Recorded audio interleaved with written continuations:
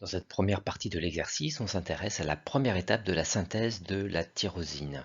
Tyrosine qui possède un groupe carboxyle, un groupe amino et un groupe hydroxyle.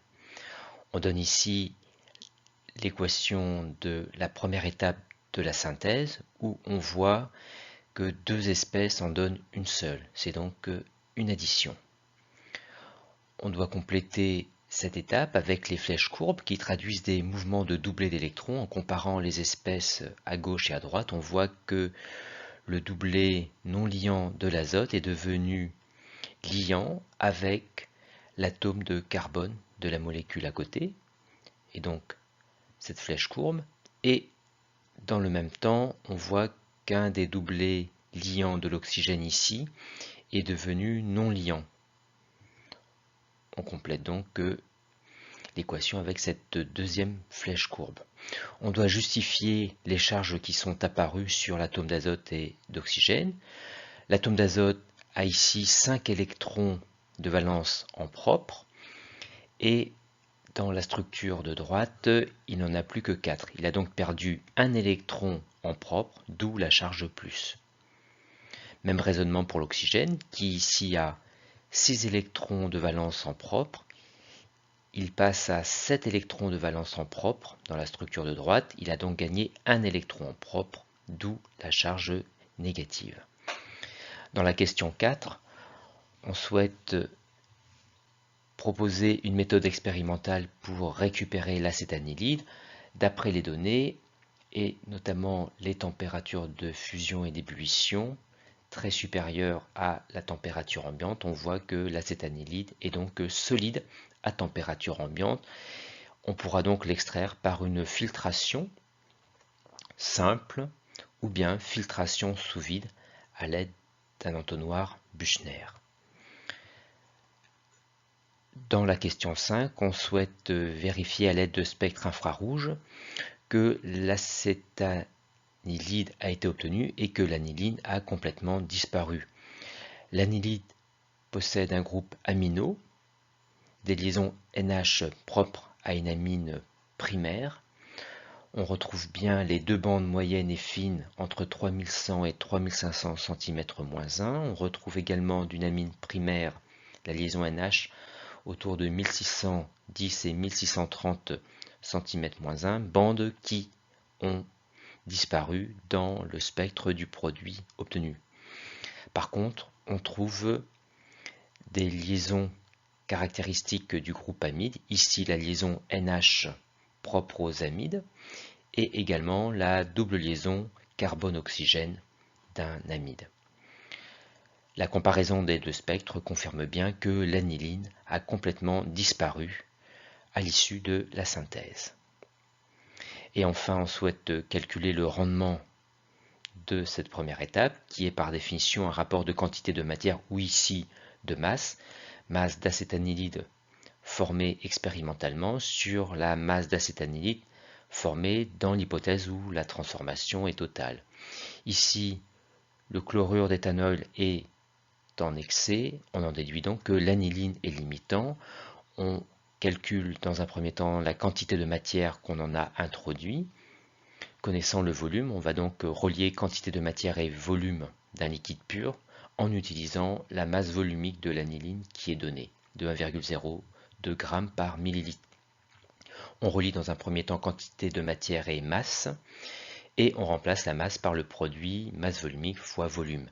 Masse molaire en grammes par mol, masse volumique en grammes par millilitre. Le volume sera donc laissé en millilitres. Gramme sur gramme se simplifie.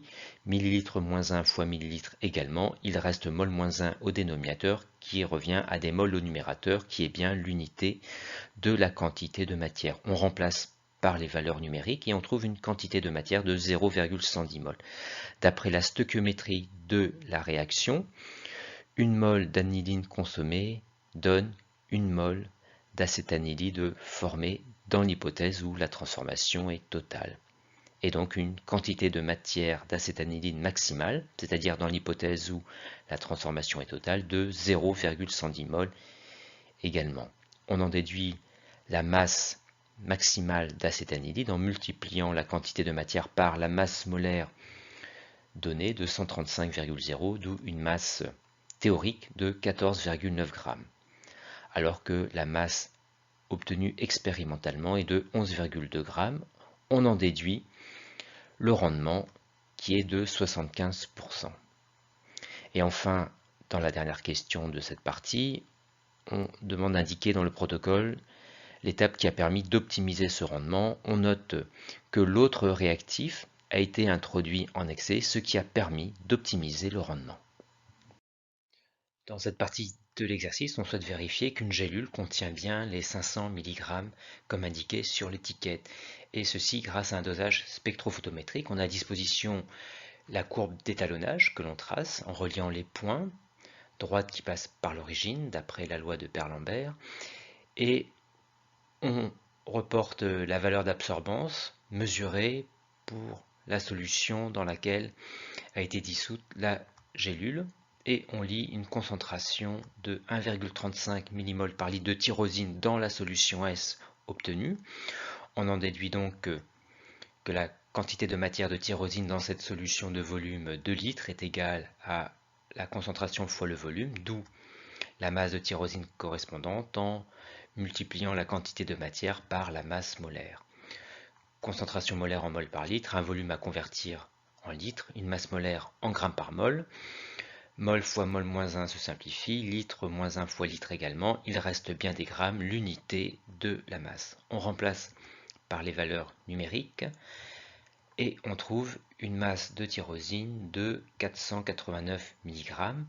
Et pour la comparer avec la valeur attendue, on fait un calcul d'écart relatif et on trouve un écart de 2,2% sur la valeur attendue, c'est-à-dire un écart inférieur à 5%. On en déduit donc que l'étiquette est conforme à ce que renferme la gélule.